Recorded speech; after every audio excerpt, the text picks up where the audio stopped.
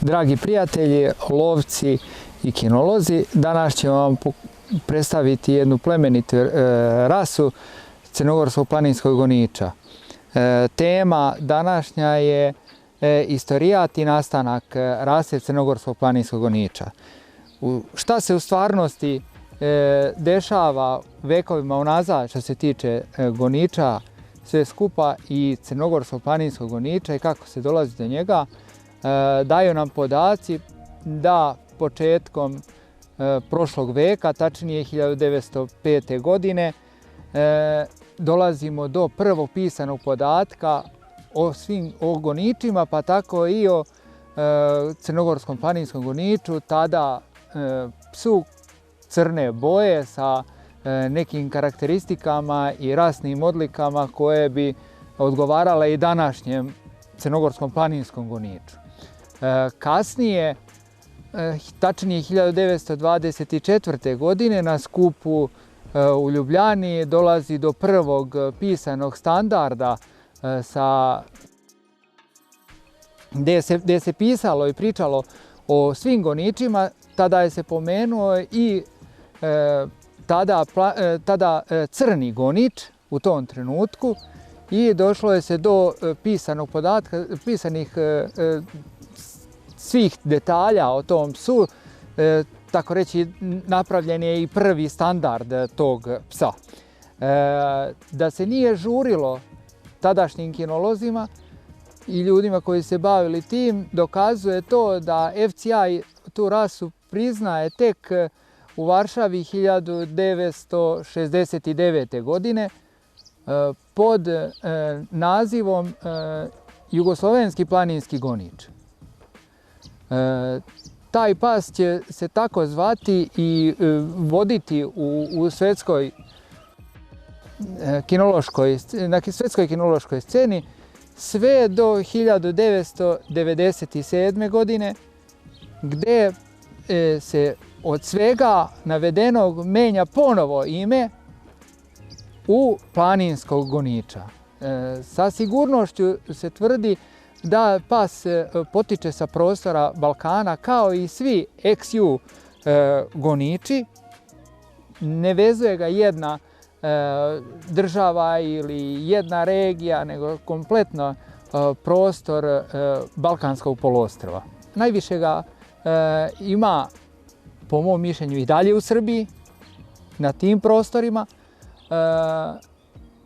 Kasnije dolazi do raspada Jugoslavije. Svak se bori da prisvoji neku rasu i da ima svoju autohtonu rasu. Tako i dolazi do naziva crnogorski planinski gonič. Jedan pas sa više različitih, jedna rasa pasa sa više različitih imena u određenom periodu postojanja. Danas se on naziva crnogorski planinski gonič. Njegove rasne odlike i karakteristike su da je izuzetno čvrst pas, namenjen za lov u izuzetno teškim planinskim predelima. Koristi se i za lov divljih svinja i za lov zeca i lisice.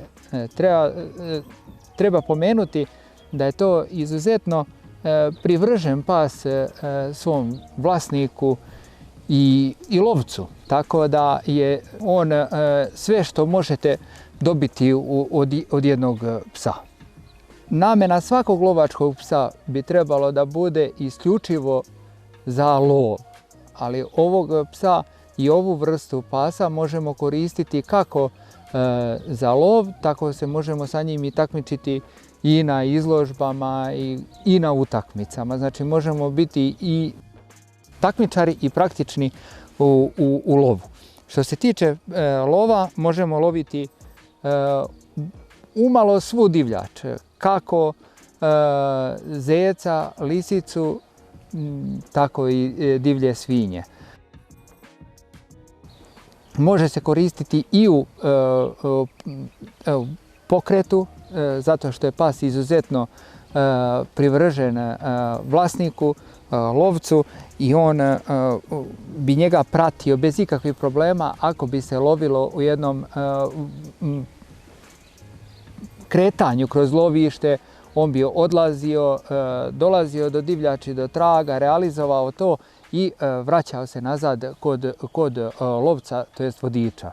Isto tako možemo ga koristiti i u planinskom delu lovišta, gdje bukvalno odredimo mjesto gdje bi otprilike trebala ta divljač da prođe, pa se pusta u teren, on sam pronalazi trag, dolazi do divljači i jednim izuzetnim glasom, gonom, konstantnim i upornim, istrajnim gonjenjem te divljači dolazi dovodi nas u jednu situaciju da možemo ispred takvog psa i odstreliti divljač.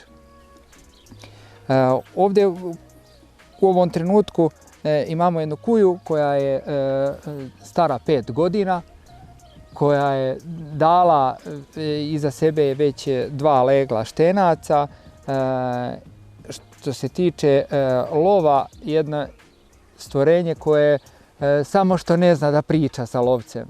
Tačno zna u svakom trenutku šta treba da radi i kako treba da se ponaša u lovu.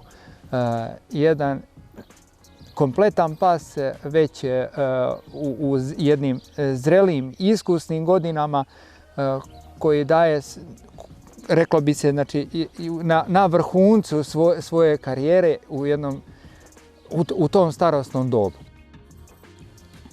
Ja sam sa njom lično dosta zadovoljan, dosta lepih trenutaka. Ne možemo reći da su svaki izlazak u lov idealan. Od vremenskih uslova, od raspoloženja i lovca i psa, kompletnog tima tog dana, sve zavisi. Ali u više navrata smo bili zadovoljniji i vraćali se raspoloženi i nasmejani iz lova nego neraspoloženi i tužni. Crnogorski planinski gonič je pas, po mom mišljenju i iz mog iskustva, ne pretjerano dug u gonu.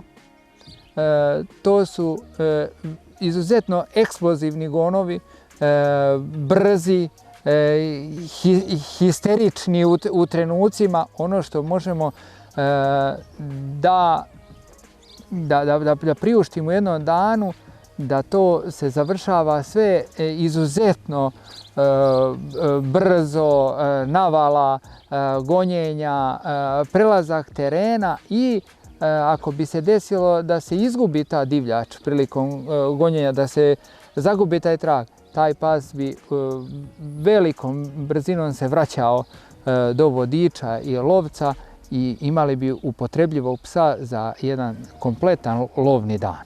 Jedna topla preporuka za sve lovce koje love i u brdsko-planinskim predelima i u ravničarskim blažim terenima, da kod sebe imaju takvog psa i da probaju jedan lov i jedno iskustvo loviti sa crnogorskim planinskim goničem. Ja sam izuzetno zadovoljan ovom rasom, gajimo je u našoj porodici. Evo, za godinu, dve će biti pola veka tradicije odgoja crnogorskih planinskih goniča. Čini mi se da ne bismo bili, to su kao članovi porodice naše, da su izuzetno kvalitetni i dobri psi. štene kada biram iz ugla kinologa i odgajivača ove rase, na prvom mjestu mi je da je ono lepo podgajeno, da je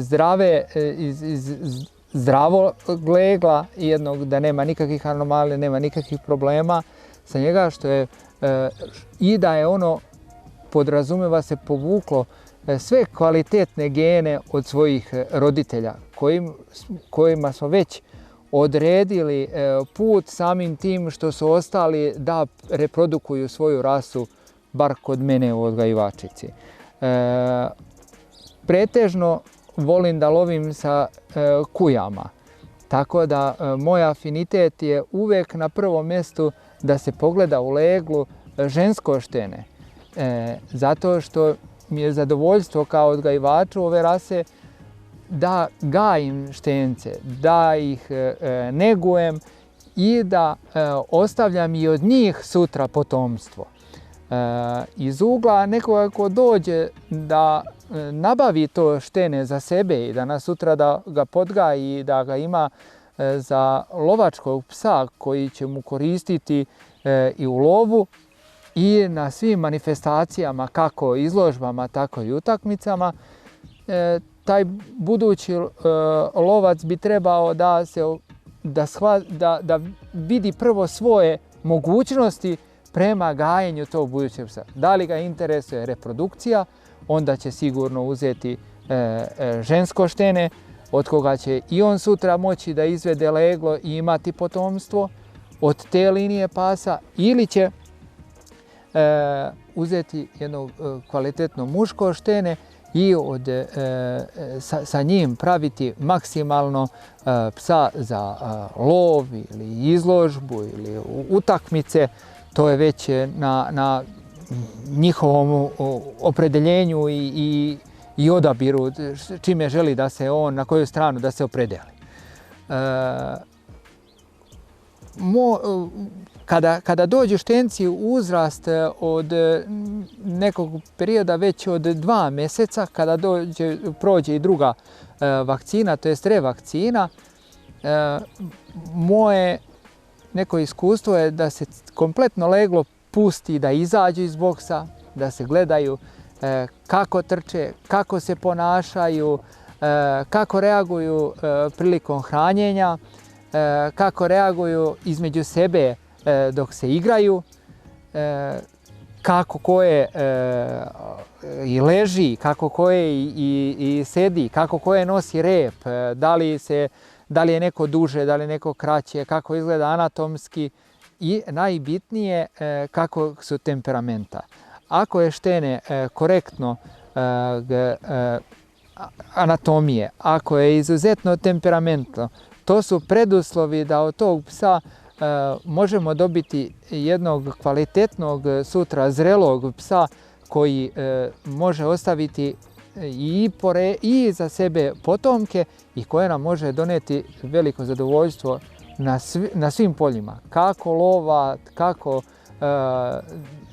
izložbi, utakmica, kao kućni ljubimac na kraju krajeva, jer pas treba da boravi u jednom domaćinstvu, treba da boravi u jednoj porodici. Ako je pas plemenit, ako je on druželjubiv, prići će mu i dete, pomazit će ga iz te porodice, kuja će se lagano kotiti, neće biti agresivna, imat ćemo jedne plemenite pse, onakve kakve i trebaju da budu psi goniči. Kada je se ova kuja, kada je bila štene, u tom leglu je bilo 3 ženke, 2 mužjaka, 5 štenaca. To leglo je, mislim, bilo najduže su bili pre nego što su otišli ostatak njenih sestara i braće kod drugih vlasnika. Oni su bili kod mene do blizu 5 mjeseci i po meni je najkvalitetnija ženka ostala ovdje i dan danas se ja zbog toga nisam pokajao. Toliko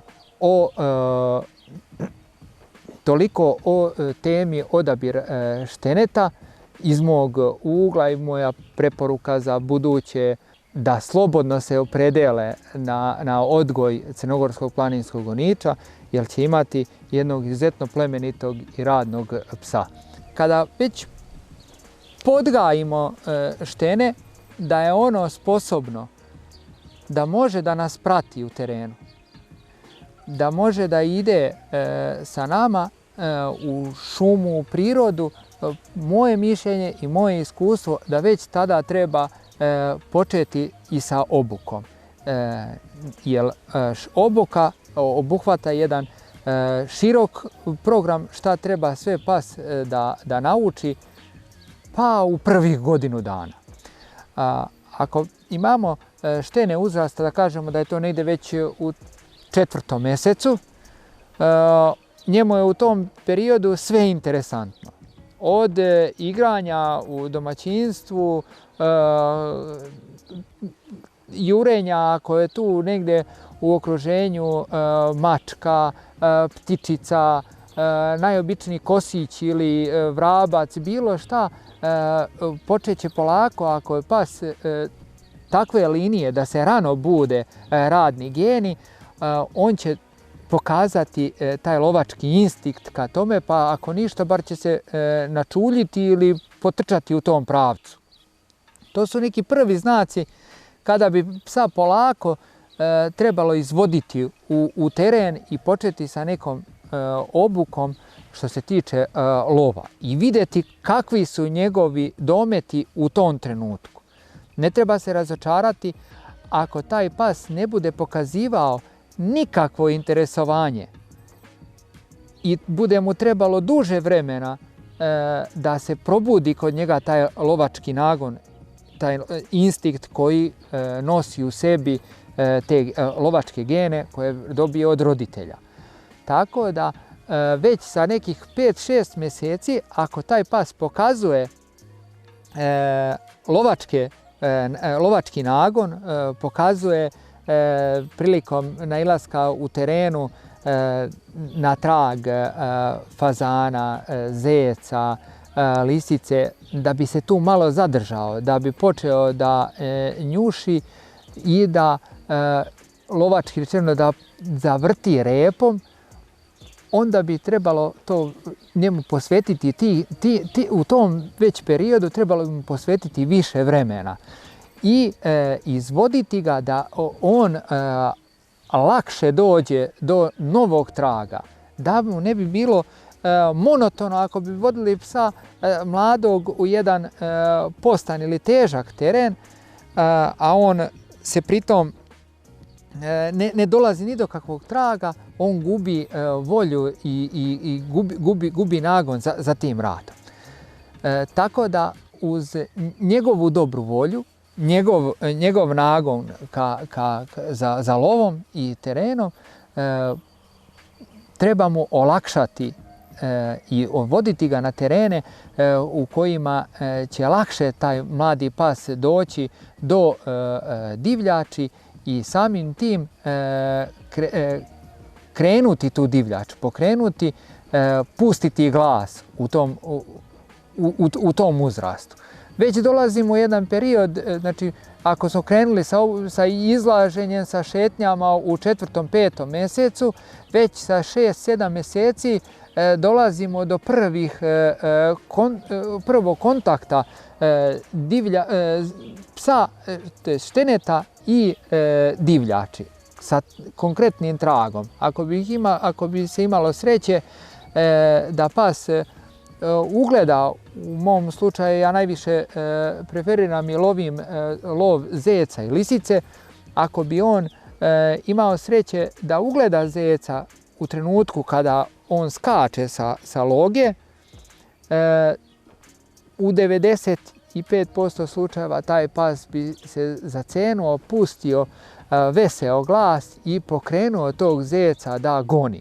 Obično su to gonovi kratki, u par, ako se sastavi 100 metara, to je sasvim dovoljno za prve te treninge koje pas pravi. Znači on pokazuje radne osobine, pokazuje nagon za traženje i dolazimo do realizacije, to jest pokretanja te divljači.